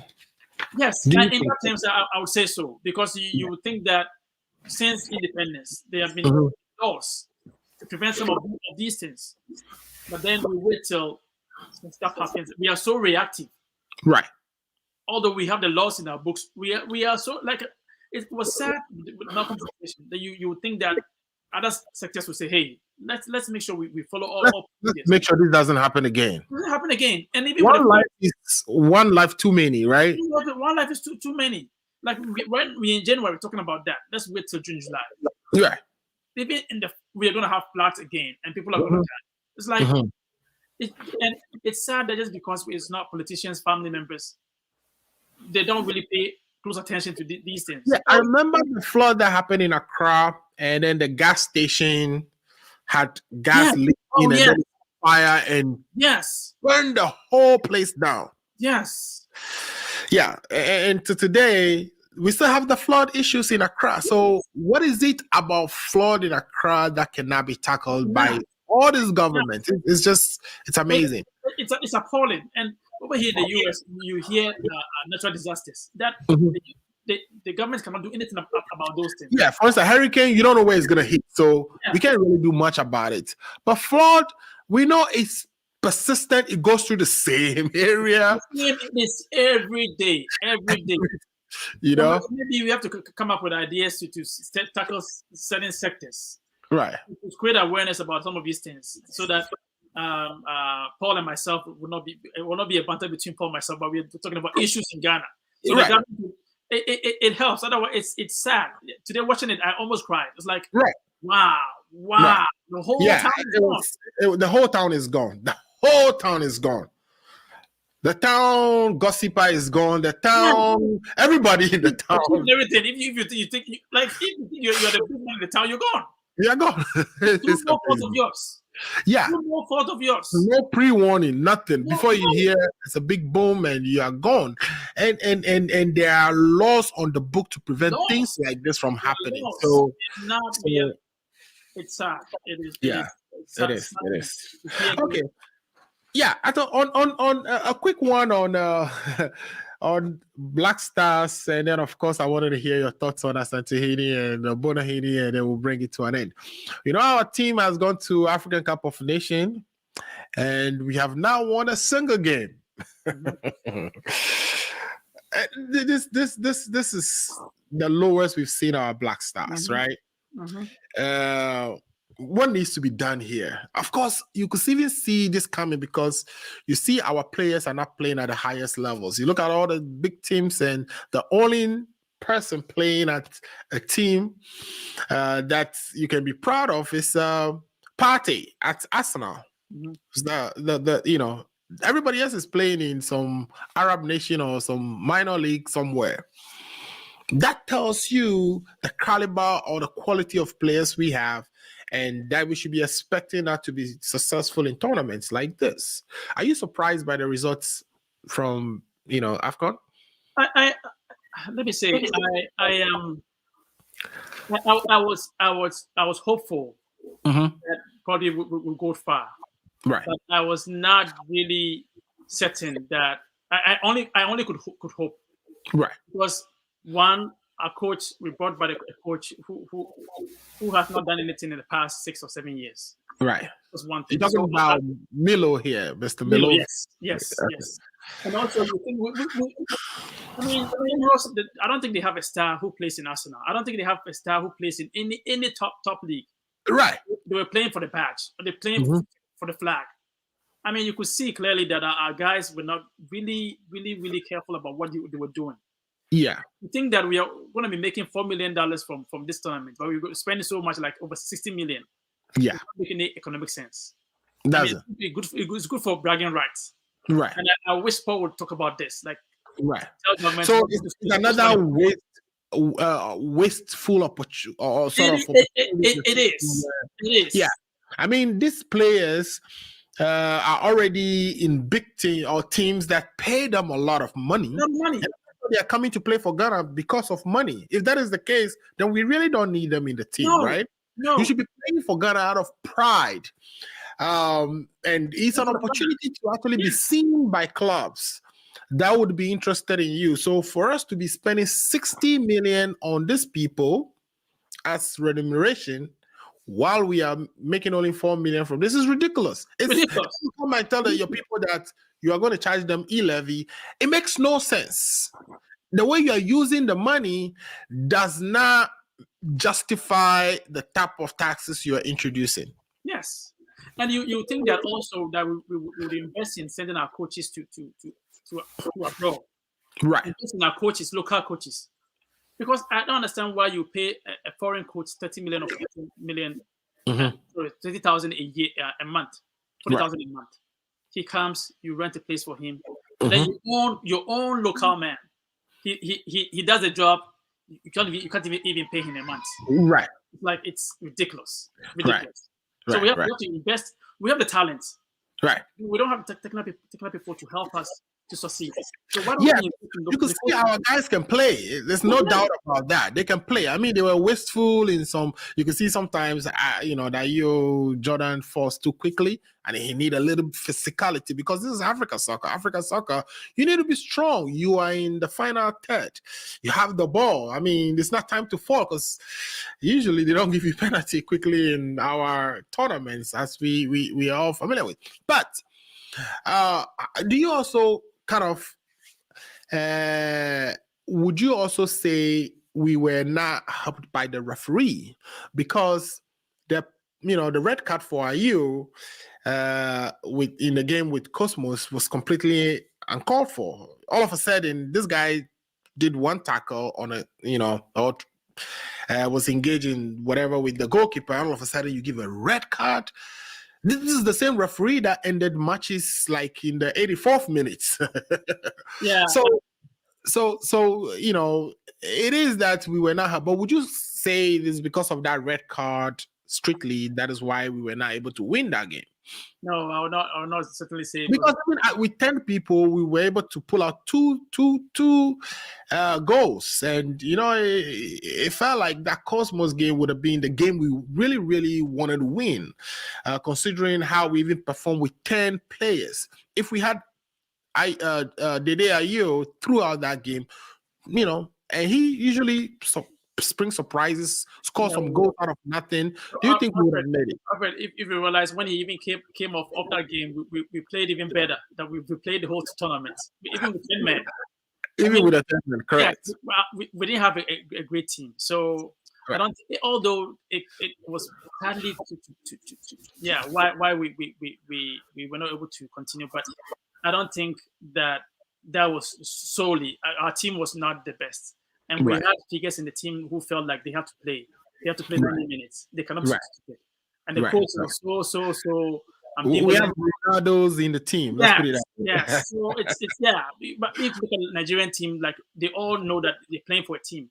Right. They feel like they have to play to succeed. This was not the team for us. Maybe we can do something. Yeah. So perhaps we need to come back. Of course, we still support them. They are our people, but some type of mental mindset change need to happen in the GFA, and I believe within the players setup as well. Okay, quickly. We've been hearing about this banter between our Asante Hini and is it Bonohini? Yes. Can you give us a quick education on that? Because I'm lost as to why these two very prominent individuals or two chiefs are fighting, and especially at this time that we are confronted with all kinds of situations or issues in our country. So there's a history of the war between the Ashantis and the Ashanti Kingdom and Doma. Okay. Yes. The Doma chief is contending that they were able to defeat the Ashanti Kingdom, and then they have heads of their chiefs at their place. Whoa. Yes. Okay. And he spoke about not just one. He said they actually defeated three kings, stuff like that. So the Asante was not happy with those comments. Obviously, I wouldn't be. Yes. So he came to rebut. Right. But in rebutting, he made it sound like the other chief was a nobody. I don't like that banter between chiefs. So I feel like, hey, this is 21st century. Right. What talk about people not having places of convenience, people defecating in other places and all stuff like that. So it's a history problem that some people feel like some people support the Domahene, others support the Asante. I feel like if you're not careful, we will go into tribalism, and then it creates people feel like they are better than anybody. Right. I don't share that opinion. That doesn't matter which tribe. What matters is what you're doing for yourself and what you do. So I felt very uncomfortable listening to those clips. I felt like it was going to create enmity between the Bonos and the Ashantis, which should not, because one, they are all Akans. Right. So to even think that Akans, one feels like position within them. That's yes. Like, are you serious? It would make the other people laugh at the I feel like, although it's a history lesson, it's a way of telling the lesson. Right. You tell a lesson and you cast aspersions at people. Right. Not just at people. You're going to influence other people to come up and say stuff that is not warranted of them. And I feel like we are supposed to be respectful of our chiefs. Right. So if a chief comes out to say stuff that angers a certain tribe, then I've seen so many videos on YouTube, people coming up with their views. I think, like, as Ghanaians, chiefs should not be doing this. Chiefs should, rather be educating us. Right. I mean, what happened to chiefs actually not talking in public and talking through their chairmans, you know? Yeah. Now it's like social media chiefs. they are in the social media fighting each other. And you are like, so, and these are the chiefs that our presidents are supposed to go for counsel. These are people who are in the House of Chiefs, right? Yes. With a prominent role in our constitution. And so you listen to these people and you're like, what kind of counsel would that even go? Would they be given to the president? No wonder, you know, the governments really don't sort of, I mean, when I say government, I'm talking about the governing administration usually don't take the chiefs seriously, you know? No. I know a chief from Aflao the last time we're talking about that. I feel like it was very gave him want him to say, hey, I have a school here, come and build it. Akufo-Addo came out and said, go do it yourself. That is the relationship between chiefs and the governing officials now. And it shouldn't be like that. And I think it is like that because of, look at the behavior of the chiefs. They're fighting over some head of other chiefs that they may have cut in the past. About Rwanda, the Hutus and the Tutsis. I mean, that is how that fight started, right? Yeah, it could be just radio presenter on radio discussing these issues. It can be very, very inflammable, and then we're going to end up in situations where we cannot contain. You would think that, like I said, chiefs are revered people in our community, right? Custodians of the community. So you would think that they command some respect. So although I feel like there's no point in the chief coming out to say A, B, or C because it's not necessary. If one says a part of a history that you don't agree, please don't come out and probably rebut. Yeah, you could do that in the background. You can call them to the palace. Yes. And smoothing that up, pushing him. He knows his place. Only the Mahine said that he's heard that other chiefs go over there and the Otunfo has been casting aspersions, making comments about him. So probably it's something that was cooking beneath the surface. But then again, it's necessary. Like I said, we're in the 21st century. That people in the communities are suffering from malaria, typhoid, and all that kind of stuff. They are being victims of explosions out of nowhere. You know, I will join Paul and go into to protest about this, so that those people will get what they deserve. Of course. I mean, we'll stay on doing politics. I think this should be topic we stay on. Your mic is off. Your mic is off. Okay, I think I may have lost a barrier. Yeah. So, like I was saying, can you hear me? Yes, I can hear you now. Yeah. So, like I think this definitely should be something we track to see it to a lot of conclusion. Make sure, those victims of Apiate, right? Apiate. It's so interesting that we've had so many different versions of the spelling of that town. I don't even know if it's Apiache or Apiate. Like I said, some people just say Bogosu, but apparently it's near Bogosu. It's not anything happened to Bogosu. It would have been a disaster. You would think that it's a town close to mining town will be developed not as don't let us even go on the development of the mining town. It's just appalling. If you go to what is it? The one in the western region. What do we call it? Prestia and all those areas. The roads are still in the ones that Kwame Nkrumah has constructed, etc. I mean, it's that. So yes, okay. So I thought one last quick thing, and then we can bring it to an end. COVID. Before Christmas, we know the president came out to give out some instructions on how COVID will be treated. In other words, if you're traveling to Ghana, you have to have been fully vaccinated. If you are Ghanaian and you are not vaccinated, that a vaccine will be given to you at the port. Last week, we heard from the National Health Authorities or Services release a different guidance during a press conference that was heard in the Jubilee House that now You just need to not test positive. Whether you have vaccinated or you are fully vaccinated or not is no longer issue, or will no longer be something they are looking at the airport. This is in a matter of 1 month. I know there's been some changes across countries over the world. Spain has relaxed their even mask mandates to say, we are going to live with COVID, and therefore, it's probably best for everybody to be infected so we can quickly get to the herd immunity that is required. So, would you say this is safe practice, considering all the money we've invested, all the noise we made about COVID? All of a sudden, COVID doesn't matter no more. UK has also scrapped this. And Ghana, we are relaxing this thing. People can now come to Ghana as long as they don't test positive, even if they are carrying the disease in them, and perhaps would be positive a couple of days into the country. So what are we doing?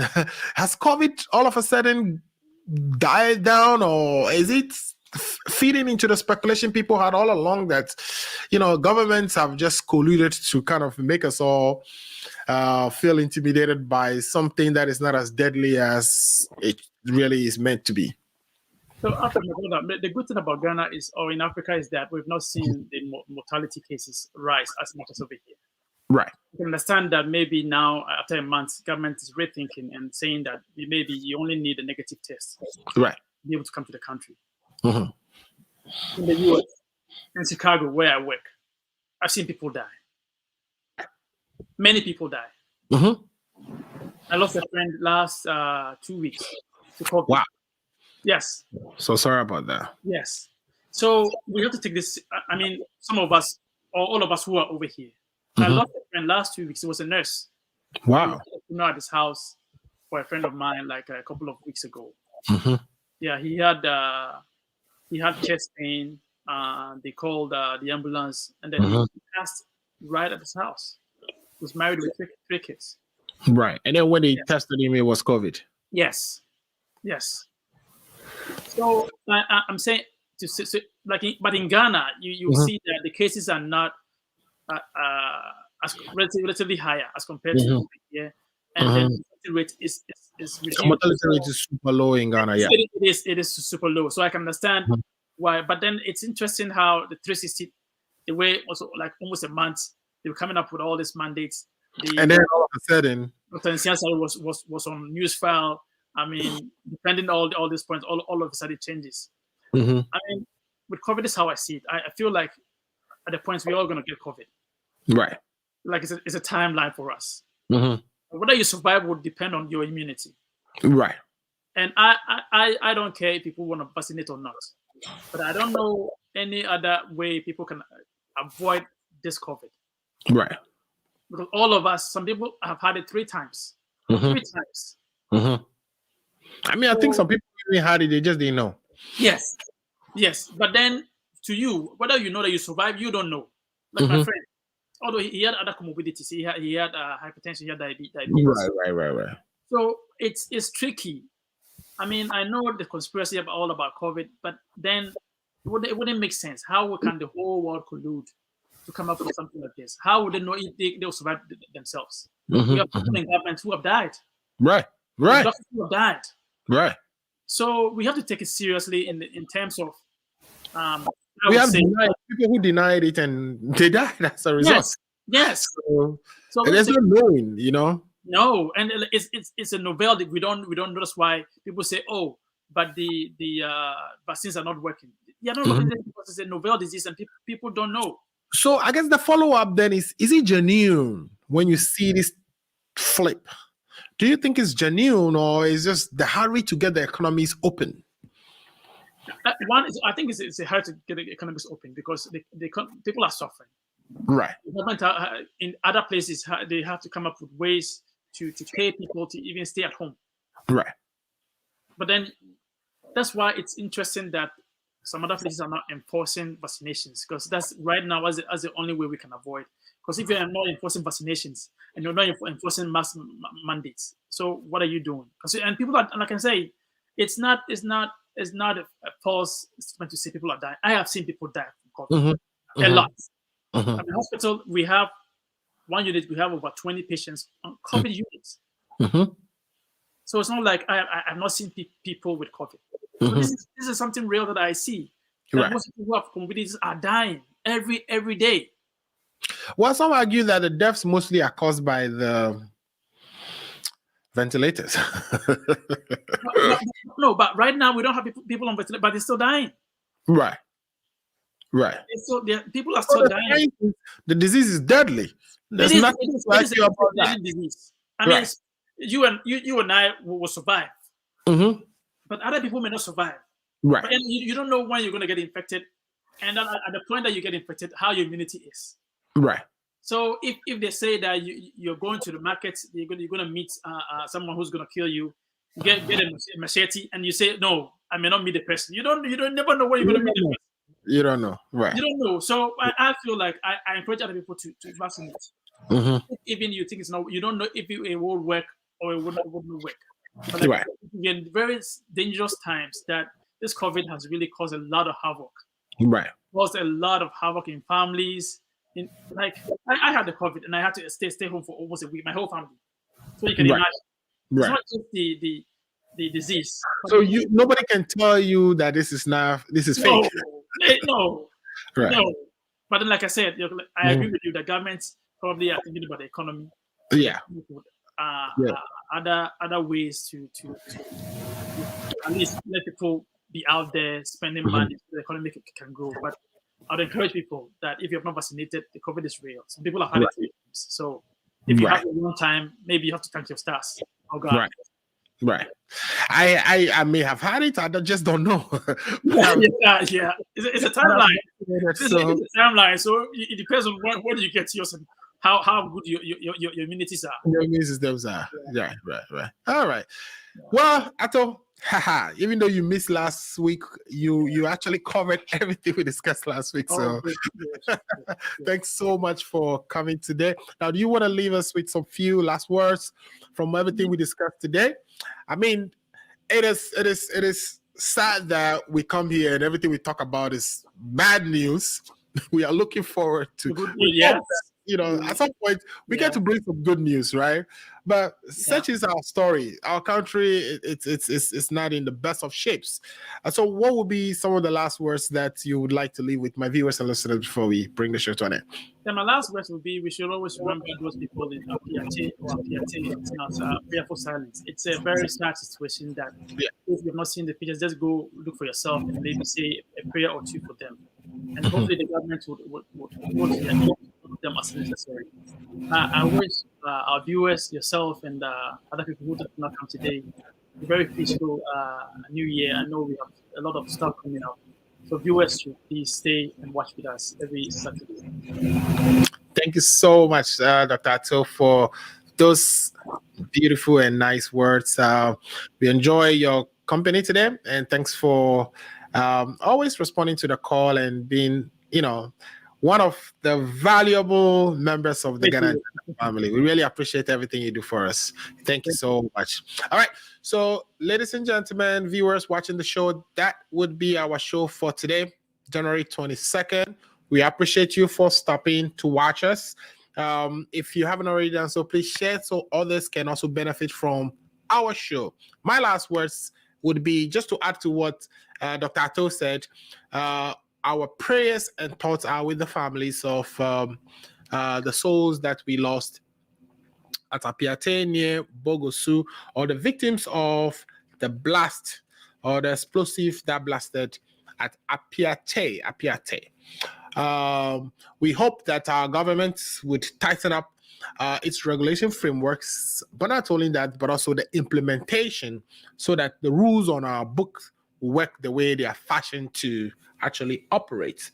On that note, if it is Saturday, 2 p.m. is Ghana Agenda time, please tell your friends to tell their friends that the Ghana Agenda, it's one of the shows that goes into the details of the issues that occurred over the week in Ghana. Again, my name is Alfred Amuzu, and I am the host of the Ghana Agenda. Thanks for watching. We'll be back next week. Ciao.